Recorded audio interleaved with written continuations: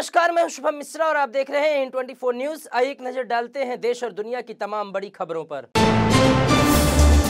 कोकण के बाद अब पश्चिम रेलवे ने यात्रियों को दी बड़ी खुशखबरी। समर और मानसून स्पेशल ट्रेनों के बाद अब गणपति महोत्सव के लिए 6 जोड़ी स्पेशल ट्रेन चलाने का पश्चिम रेलवे ने किया ऐलान। 28 जुलाई से होगी टिकटों की booking. Mumbai central Thokur, Mumbai central Sawantwadi road, Bandra terminus Kudal, Ahmedabad Kudal, Vishwamitri Kudal और अहमदाबाद मैंगलुरु स्टेशनों के बीच चलाई जाएंगी पश्चिम रेलवे द्वारा स्पेशल ट्रेनें। गणपति महोत्सव के दौरान अतिरिक्त भीड़ को नियंत्रित करने के मकसद से स्पेशल गाड़ियां चलाने का ऐलान। सभी PRS काउंटरों और IRCTC वेबसाइट पर शुरू होगी बुकिंग। आगामी गणेश उत्सव को ध्यान में रखते हुए कोकण रेलवे ने मुंबई से कोकण रीजन में जाने वाले यात्रियों के लिए 7 विशेष ट्रेनें चलाने का किया था ऐलान। रेलवे के इस कदम से गणेश उत्सव के दौरान यात्रियों को मिलेगी बड़ी राहत। कोकण रेलवे द्वारा चलाई जा रही है Mumbai CSMT Sawantwadi daily special और Mumbai CSMT Ratnagiri daily special train. करीब 2 महीने बाद बृहन मुंबई महानगर पालिका ने मुंबईकरों को दी बड़ी खुशखबरी। मुंबई में लागू 10% पानी की कटौती का फैसला 29 जुलाई से होगा रद्द। पानी आपूर्ति करने वाली मुंबई की झीलों में लबालब भरा पानी। अपर बैतरना में 34%, तानसा झील में 99%, मध्य बैतरना में 62% और भादसा झील में 64% हुआ पानी जमा, जबकि बिहार और तुलसी झील हुई ओवरफ्लो। मुंबई को पानी आपूर्ति करने वाली सभी 7 झीलों में मौजूदा समय में 9,66,395 MLD पानी हुआ जमा, जिसके चलते BMC मुंबई को अगले 2 से 51 दिन यानी जून 2025 तक कर सकती है पानी की आपूर्ति। BMC प्रतिदिन मुंबई को 3,850 MLD पानी की करती है आपूर्ति। मुंबई, पुणे, पालघर, रायगढ़ और ठाणे समेत महाराष्ट्र के कई जिलों में मूसलाधार बारिश ने मचाया हाहाकार। बने बाढ़ जैसे हालात और उफान पर आई नदियां। राहत और बचाव कार्य के लिए उतरी NDRF और सेना। सड़कों से लेकर स्कूल कॉलेज हुए बंद।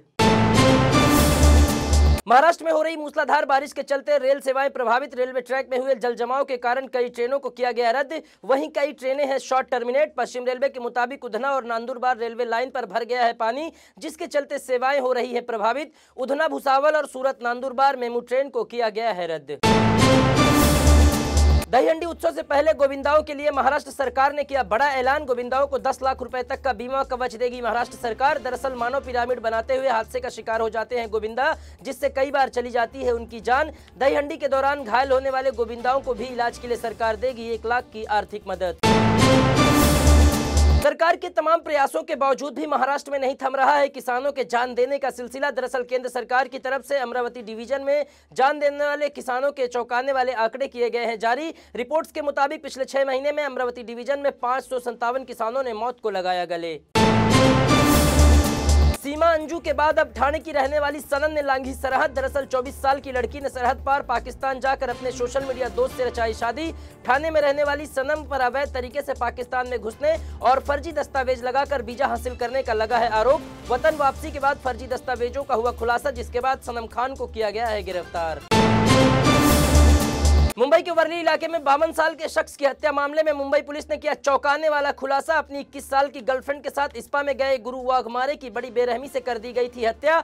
पुलिस ने स्पा के मालिक और कातिलों को किया गिरफ्तार। दरअसल स्पा के मालिक ने ही दी थी हत्या की सुपारी। मृतक ने अपने शरीर में गुदवाए थे 22 टैटू, जिसमें उसके दुश्मनों के साथ कातिल का भी था नाम। पुलिस ने टैटू के जरिए ही आरोपियों को किया गिरफ्तार।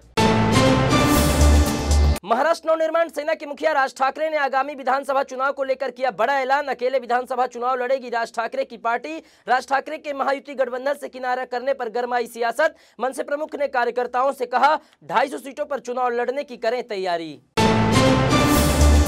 मूसलाधार बारिश के बाद सड़कों पर उभरे बड़े बड़े गड्ढे। पालघर जिले के नाला सुपारा के हालात है बद से बदतर। यहां की सड़कों पर जानलेवा गड्ढे बने, वाहन चालकों के लिए मुसीबत। मनपा प्रशासन पर लगा गंभीर लापरवाही का आरोप। गड्ढों की वजह से हादसों का शिकार हो रहे हैं वाहन चालक। मुंबई से सटे कल्याण शहर में हो रही मूसलाधार बारिश के बाद निचले इलाकों में भरा पानी। उल्लास नदी में बहे एक युवक का ग्रामीणों ने किया रेस्क्यू। दरअसल नदी में बहने के बाद युवक ने एक पेड़ के सहारे खुद को किया था सुरक्षित। रेस्क्यू ऑपरेशन का वीडियो सोशल मीडिया पर वायरल।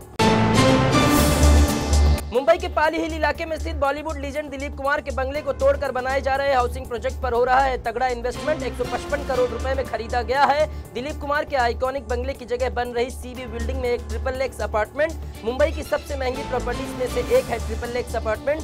जानकारी के मुताबिक इस XXX अपार्टमेंट को एप्को इंफ्राटेक प्राइवेट लिमिटेड ने खरीदा और इसे बेचने वाली कंपनी का नाम है ब्लैक रॉक। कांग्रेस की सांसद रेणुका चौधरी ने प्रधानमंत्री नरेंद्र मोदी को लेकर दिया विवादित बयान। कहा, कांग्रेस को इतनी बार याद करते हैं पीएम कि उन्हें स्वर्ग में मिल जाएगी जगह। दरअसल अग्निवीर योजना को लेकर प्रधानमंत्री नरेंद्र मोदी ने की थी कांग्रेस की आलोचना, जिसके जवाब में कांग्रेस सांसद ने दे दिया विवादित बयान। चाइल्ड सेलिंग रैकेट के जाल में फंसे 3 कपल्स को बॉम्बे हाईकोर्ट ने दी बड़ी राहत। अब कानूनी प्रक्रिया का पालन करते हुए बच्चों को गोद ले सकेंगे तीनों पेरेंट्स। दरअसल मुंबई के 3 परिवारों ने बिना कानूनी प्रक्रिया का पालन करते हुए बच्चों को ले लिया था गोद, जिसके बाद अदालत पहुंचा था मामला। साल 2018 के एक बयान के बाद दर्ज मानहानि मामले में यूपी की सुल्तानपुर कोर्ट में पेश हुए कांग्रेस सांसद राहुल गांधी। राहुल ने अदालत में दर्ज कराया अपना बयान।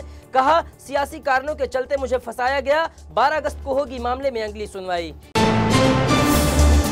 यूपी बीजेपी में जारी भीतरी उठापटक के बीच प्रदेश अध्यक्ष भूपेंद्र चौधरी ने दिया बड़ा बयान। कहा, उत्तर प्रदेश के सीएम बने रहेंगे योगी आदित्यनाथ, उनको हटाने की फैलाई जा रही अफवाह। भाजपा प्रदेश अध्यक्ष ने कहा, सीएम बदलने की चर्चा है गलत। नेम प्लेट विवाद को लेकर सुप्रीम कोर्ट ने फैसला देते हुए जारी रखी अंतरिम रोक। अदालत ने कहा, सिर्फ जबरन दुकानों का नाम लिखवाने पर लगाई गई है रोक। हालांकि अपनी मर्जी से दुकानदार लिख सकते हैं नाम। वहीं यूपी सरकार ने फैसले को लेकर अदालत में दी सफाई। कहा, विवाद को रोकने के लिए जारी किया गया था निर्देश।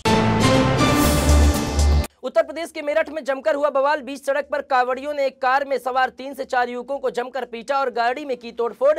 दरअसल आरोप है कि रॉन्ग साइड से आ रही गाड़ी ने हरिद्वार से जल लेकर लौट रहे कांवड़ियों को मारी थी टक्कर, जिसके बाद गुस्साए कांवड़ियों ने कर दी पिटाई।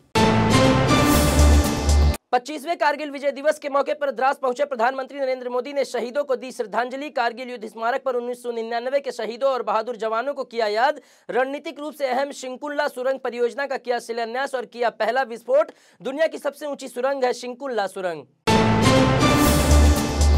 कारगिल विजय दिवस के मौके पर प्रधानमंत्री नरेंद्र मोदी ने देश के जवानों को किया संबोधित। कहा, हमारे बहादुर जवानों ने न सिर्फ युद्ध जीता बल्कि सत्य, संयम और सामर्थ्य का दिया था अद्भुत परिचय। पीएम ने कहा, भारत के शांति प्रयासों के बावजूद भी पाकिस्तान ने दिखाया था अपना अविश्वासी चेहरा।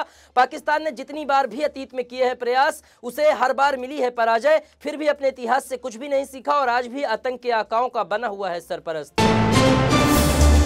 पेरिस ओलंपिक की सेरेमनी से पहले फ्रांस का हाई स्पीड रेल नेटवर्क हुआ बाधित। दरअसल रेलवे लाइन पर बवाल करने वाले कुछ लोगों ने की आगजनी और तोड़फोड़। फ्रांस की राजधानी पेरिस में होने जा रही है ओलंपिक की शुरुआत। हमले के बाद पूरा ट्रांसपोर्ट सिस्टम पड़ा लचर। पेरिस ओलंपिक का आज से होने जा रहा है उद्घाटन। 128 साल के इतिहास में पहली बार सबसे अलग होगी ओपनिंग सेरेमनी। दरअसल स्टेडियम की बजाय सीन नदी के किनारे होगी पेरिस ओलंपिक की ओपनिंग सेरेमनी। भारत की तरफ से 117 खिलाड़ी ले रहे हैं भाग, जिसमें से 40 खिलाड़ी ऐसे हैं जो पहली बार ओलंपिक में होंगे शामिल।